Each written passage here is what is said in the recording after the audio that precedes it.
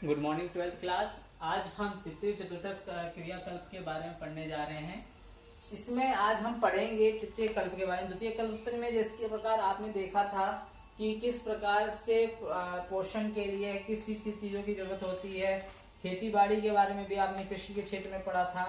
ऐसी कई सारे कंसेप्ट को आपने पहले पढ़ लिया था। द्वितीय क्रियाओं में जरूरधिक चीजों को देखा था कि कौन सी चीजें जरूरत होती है, विश्व शांति के लिए क्या क्या चीज चाहिए, शक्ति बल को बढ़ाने के लिए क्या क्या चाहिए। अब हम तृतीय और चतुर्थक क्रियाकल्पों के बारे में पढ़ने जा रहे हैं, जो कि बहुत अहम होते हैं। जब आप बीमार पड़ते हैं तब आप डॉक्टर के पास जाते हैं। डॉक्टर आपको उपचार बताता है, कई प्रकार की चीजें बताता है।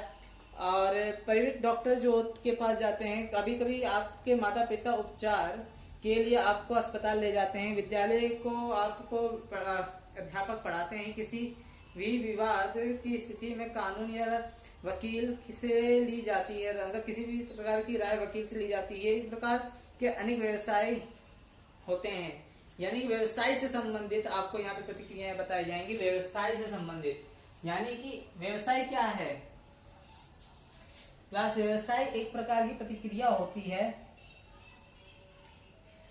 यानी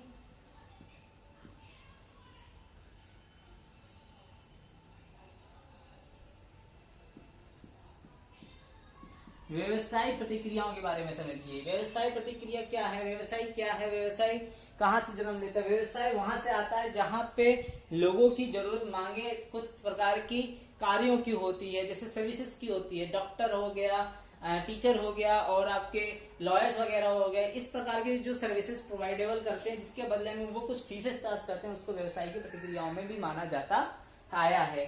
साथ ही साथ अब इसमें हम आगे बढ़ते हुए देखते हैं कि जैसे कि इसमें बताया जा रहा है कि अनेक प्रकार की प्रतिक्रिया कानूनी और वकीली करवाई जाती है तथा सेवाएं प्रदान करता है। इस प्रकार की सेवाएं विशिष्ट कलाएं होती हैं जो भुगतान के बाद प्राप्त होती है। स्वास्थ्य, शिक्षा विधि, प्रशासन के मनोरंजन इत्यादि व्यवसायिक कुशलता की आवश्यकता है। इन सेवाओं को अन्य से ज्ञान को कार्यक्रम करती है।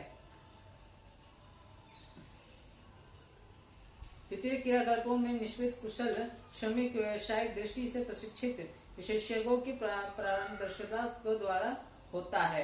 यानी आपके जो तृतीय क्रियाकल्प है, जो आपका तृतीय क्रियाकल्प जो है आपका बेटा,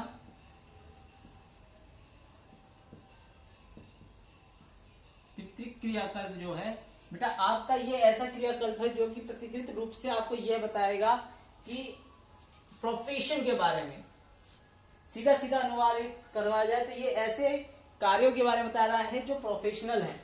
प्रोफेशन क्या होता है मैं आपको बता दूं, यानी पर्टिकुलर किसी एक कला में निपुण होना।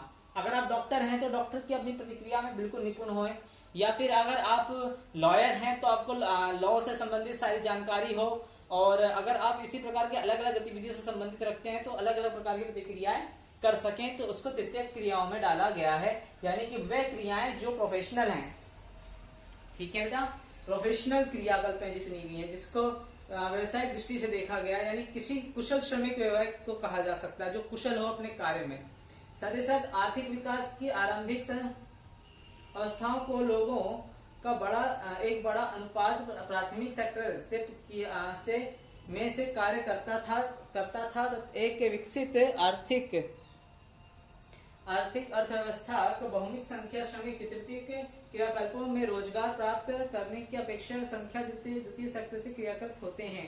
तृतीय क्रियाकल्पों में उत्पादन और विनिमय दोनों सम्मिलित होती है। उत्पादन में सेवाओं की उपलब्धता शामिल होती है जिनका उपभोग किया जाता है। उत्पादन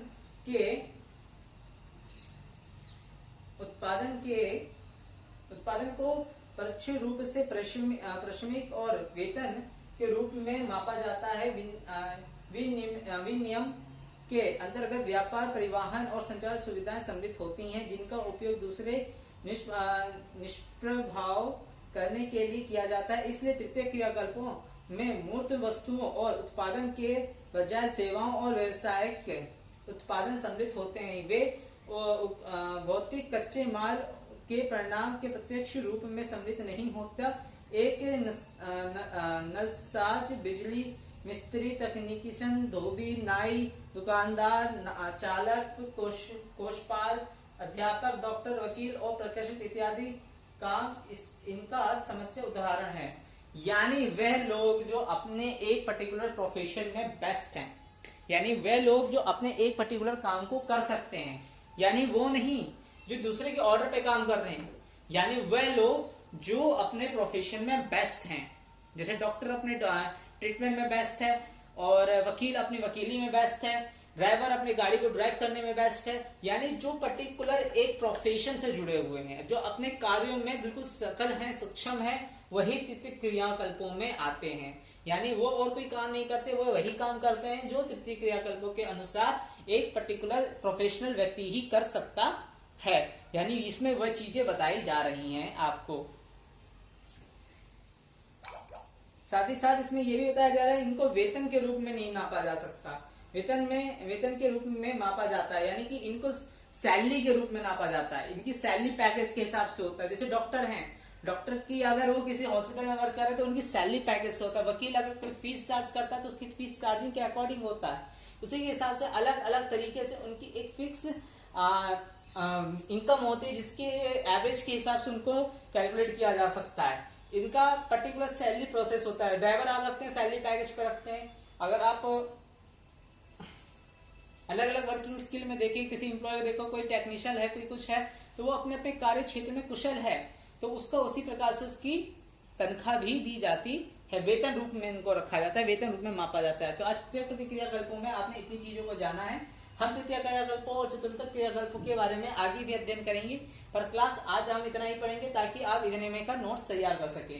क्लास आज के लिए इतना ही, इंट्रोडक्शन आज इतना खत्म होता है, कल इसके आगे बढ़ाया जाएगा। Thank you class.